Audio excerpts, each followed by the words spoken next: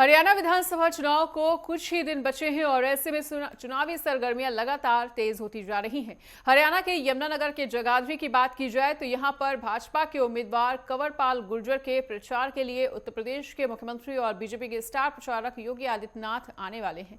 हरियाणा के कृषि मंत्री और बीजेपी के जगाधरी से उम्मीदवार कंवरपाल गुर्जर का कहना है कि योगी आदित्यनाथ का दबदबा भारत ही नहीं बल्कि पाकिस्तान में भी लोग उनको सुनना पसंद करते हैं। बीजेपी उम्मीदवार कंवरपाल गुर्जर से खास बातचीत भी की, सुनिए।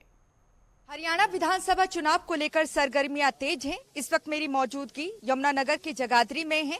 यहां से बीजेपी के उम्मीदवार कंवरपाल गुर्जर हैं, जो कि हरियाणा सरकार की अगर बात करें वहां पर कृषि मंत्री भी रह चुके हैं और साथ ही साथ उससे पहले शिक्षा मंत्री का मंत्रालय भी इन्होंने संभाला है। और ये जगह इसलिए भी महत्वपूर्ण है क्योंकि केंद्रीय गृह मंत्री अमित शाह यहाँ पर इनके लिए प्रचार करते नजर आए थे और कल योगी आदित्यनाथ भी यहाँ पर इनके लिए वोट मांगते नजर आएंगे।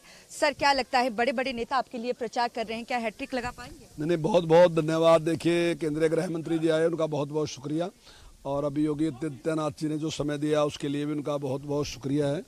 और देखिए, जो हमने काम किए इन 10 साल में, तो निश्चित तौर से जिस प्रकार की सेवा की बिना किसी पक्षपात के काम किया, तो मुझे पूरा यकीन है कि जनता में आशीर्वाद देगी, ऐसा मेरा मानना है।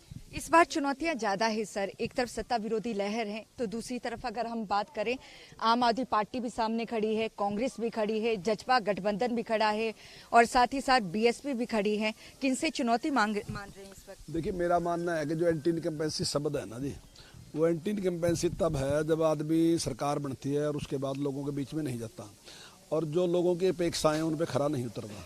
लेकिन हमारी सरकार ने जिस निष्पक्षता के साथ काम किया, और मैं समझता हूं कि हमने ऐसे भी काम किए जिनकी अभी तक अपेक्षा भी नहीं थी लोगों की कि होने चाहिए, वो काम भी हमने किए।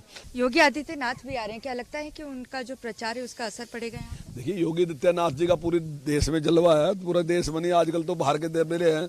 मैंने तो कई पाकिस्तान के लोग देखे, वो अपने लीडरों की बुराई करते देखे कि भाई एक तरफ योगी आदित्यनाथ को देखो, वहाँ भी बद्दी इतनी है और पाकिस्तान की इतनी है और पाकिस्तान का क्या बुरा हाल है, और योगी आदित्यनाथ ने यूपी का जो बुरा हाल था वो ठीक करके कैसी योगी।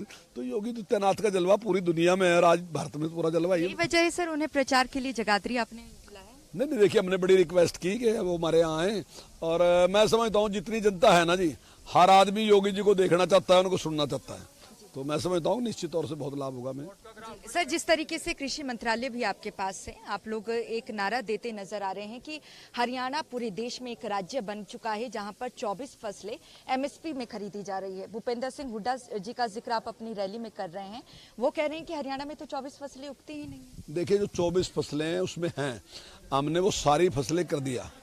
अब वो कितनी पैदा होती है कितनी नहीं पैदा होती, जितनी पैदा होंगी। अब हुड्डा साहब ने 2 फसलें खरीदी, गेहूं और धान, तीसरी खरीदी नहीं।